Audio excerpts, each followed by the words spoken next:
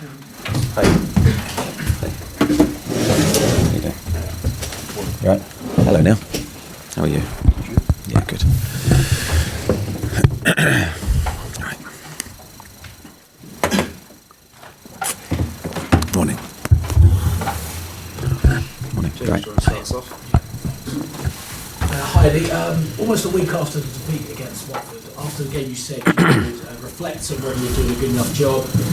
Have you had the time to do so, and do you still believe you're the right man to turn this around for Bournemouth? Always reflecting. Every game, every training session, that reflection has always been, I think, one of my biggest strengths, because that's where you hopefully grow and learn and continue to improve. So, yeah, we reviewed everything that we did before Watford,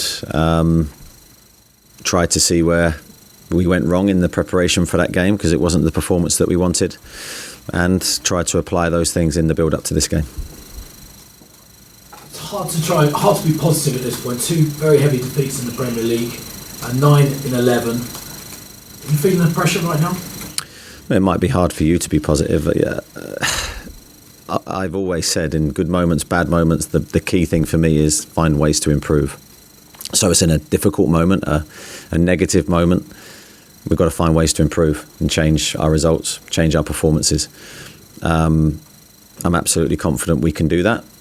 I've seen a good reaction from the players this week, very focused, very driven to help ourselves out of the position that we're in and change the mood. So that's what we've got to do. What do you need to do specifically to turn things around? Well, I think it's always a combination of things. I think we need to defend better, first and foremost, get the basics right defensively, which we didn't against Watford. Definitely there has to be a shift and an improvement in our attacking play, which is hard for us because it's been so unlike us in recent seasons. It's always been our strength. I think near enough every season. We've always had our attacking play, our goal scoring, our style of play to fall back on. And that's at times this season gone missing, and I think that's a massive thing we need to rediscover very quickly. Is there a worry of Callum Wilson's form hasn't scored since September? Does that concern you? Does that concern the player himself? I never focus on one player. As I said, the attacking side is the team. Every player in every position has a responsibility to help us attack and create chances right the way through. So Callum will focus on himself, but he's also very much a team player as well, and he knows the importance of the team performing, and if the team performs, Callum will get chances to score. Personally, it's obviously such a tough time for you. Is this your hardest moment as a league manager? You keep trying to put words in my mouth. I think I'm here, rain or shine. I try to be very consistent with my message and how I work with my players. So when you're winning games and having successful spells, I try and improve my players and find the next part of their game to improve and to take on to the next level. And that should not change when you're not winning games and when you're not being successful as you want to be. My aims are to improve the team, improve each individual, to become the best players they can be. Obviously, there's a huge expectation for the team to get results, and I understand that. And that will never leave me either, because you want to win and you want to win well. But all I can do is affect each player and try and get them to deliver for the team. Now, you've never used injuries as an excuse for any of your performances, but how frustrating is it, the injuries you've suffered this season, but also Chris Metham as well, out for 12 weeks, I believe, after his injury last weekend. Frustrating? Yeah, frustrating. Probably one way of putting it. I think it's been very difficult this year, not just this season, but going back last season, because I've never felt we've had our strongest group to pick from. And I think I said a week ago, 2 weeks ago, even with everybody fit at this level in this league, there's no guarantee you'll win games, but it does become harder with each player you lose. And I think the flip side of that is I look at the team I picked against Watford and I felt it was a very strong team. And I back the team I pick against Norwich to be a very strong team that's good enough to win the game. So that's why I can't look at it and go, there's excuses there. The responsibility is on me and the team to win games. Any injury concerns leading up to the game against Norwich? Nathan Aki, Josh King, Jack Stacey, fitness worries and so on? Yeah, Josh King and Jack Stacey won't make the game. Nathan came through the game okay and has trained well this week, so no problems with him. And Norwich, what are you expecting from Norwich? Obviously, they're fighting for survival as well. Expecting a tough encounter at Carrow Road? Always a difficult stadium to go and play. Home form will be very strong. Home support, will be very strong. Their style of play hasn't changed. I think full credit to Daniel and his team and his players for still trying to execute the way they got promotion from the Championship. Very expansive. They've got some very good technical players. We know it'll be a difficult game. Transfer window in full swing. I know you've said previously you were looking at improving the squad, possibly loan options. Is there anything that's happening at the moment? Any news to tell us at all? I've got nothing to add on that. I think a combination of things makes it very difficult for us in this window to recruit. So league position, availability of players, resources available to improve the squad. It's, as I say, it's going to be potentially loans that we're looking at, and they're not easy to find the right players that improve the squad. I could sign a whole host of players, but I need someone to come in and actually improve what we've got, and I think that's the most difficult part. Are you still searching though? Always. I think we're searched till the end of the window, because if there is that one player out there that can make the difference, then we need to find him. I know I sound like I've probably been quite negative so far, so a positive note. Thank God for that. Sky Sports News reported this week on Tuesday that Chelsea were probably unlikely to activate Nathan Ake's buyback clause. That must be music to your ears right now. Yeah, I was hoping for something a little bit better than that, but that's all I've got. It's not raining anymore. We'll wait and see on that. There's no comment to make really on that one. I think that's very much out of my control. Any concerns for there might be any bids coming though for any of your players? No immediate concerns from me, in the sense that I've always said with transfer stuff, it's very difficult for me to control it. If I can't control it, let's not focus on it. Let's focus on the team that I have, the training with the players that I know are here, fit and available. My job is to get the best out of them. I assume that same kind of theory applies for Ryan Fraser as well. Contract running out in the summer. Is he one that potentially could be leaving this window? I've not had any discussions with Ryan towards that effect. He's very focused on this team, and in the current position that we're in, he knows the importance of his individual performances to help the team, so no problems with him. Finally, what sort of response are you looking for against Norwich on Saturday from your team? What do you think they need to do specifically to turn things around? I think very much the basics of football. They need to work hard. We need to play as a team, and we need to show how much this game means to us and our supporters. And I think if we have a combination of those things, we'll get to where we want to be long term.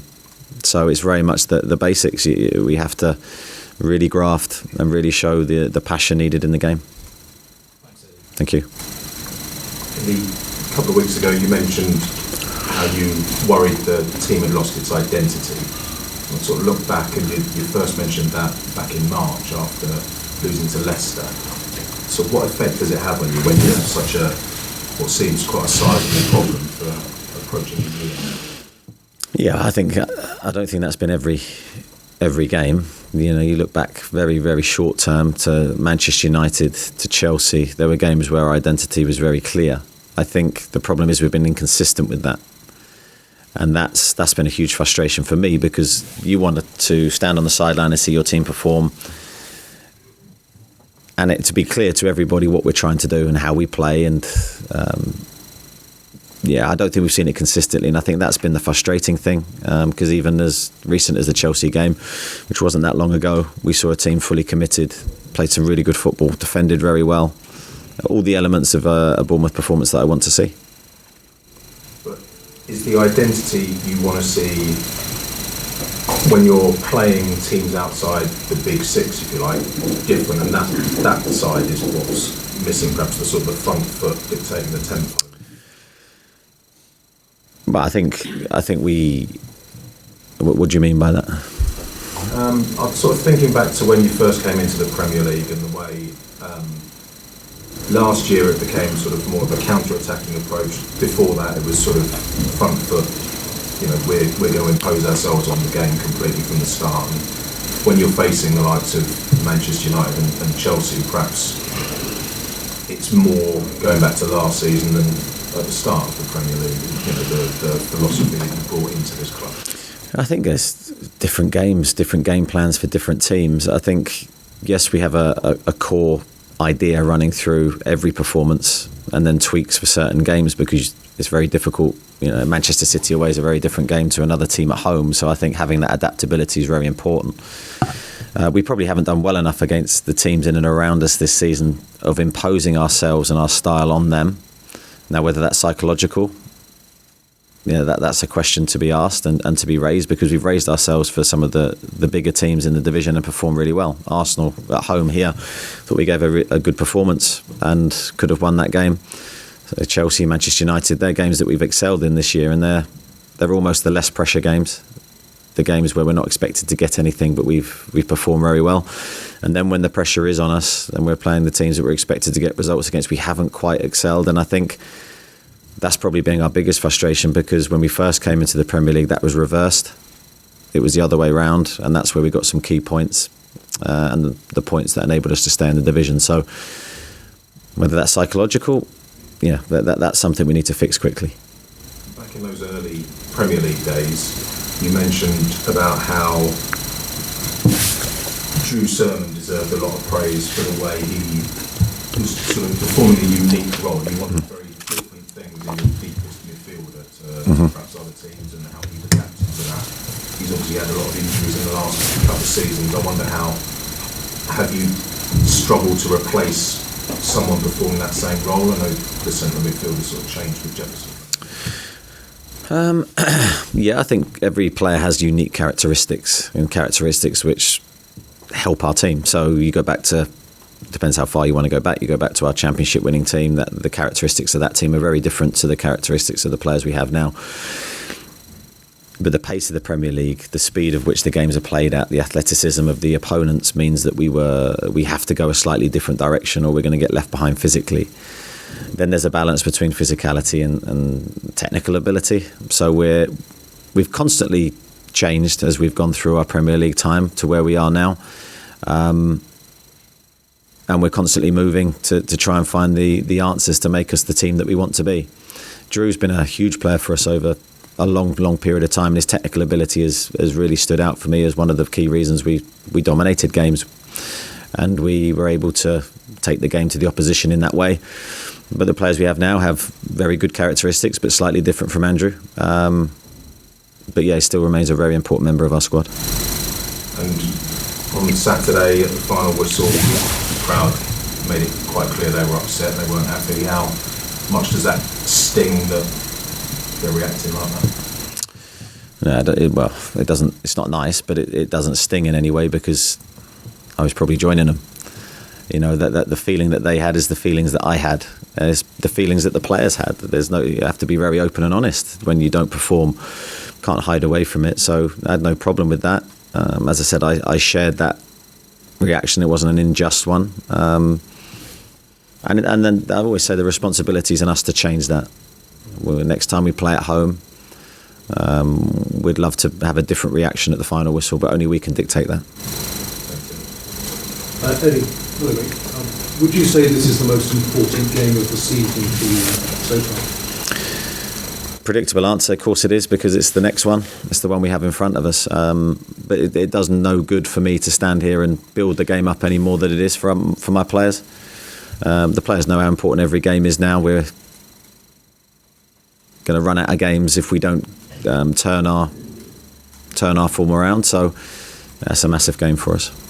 I think it's fair to say that with this run of form that most managers in the Premier League would be facing the sack, and I think it's fair to say that most supporters here don't want that to happen. But there are rumours you've been asked to resign. Is there anything in that? No, there's no truth in that. Okay, cameras off, please.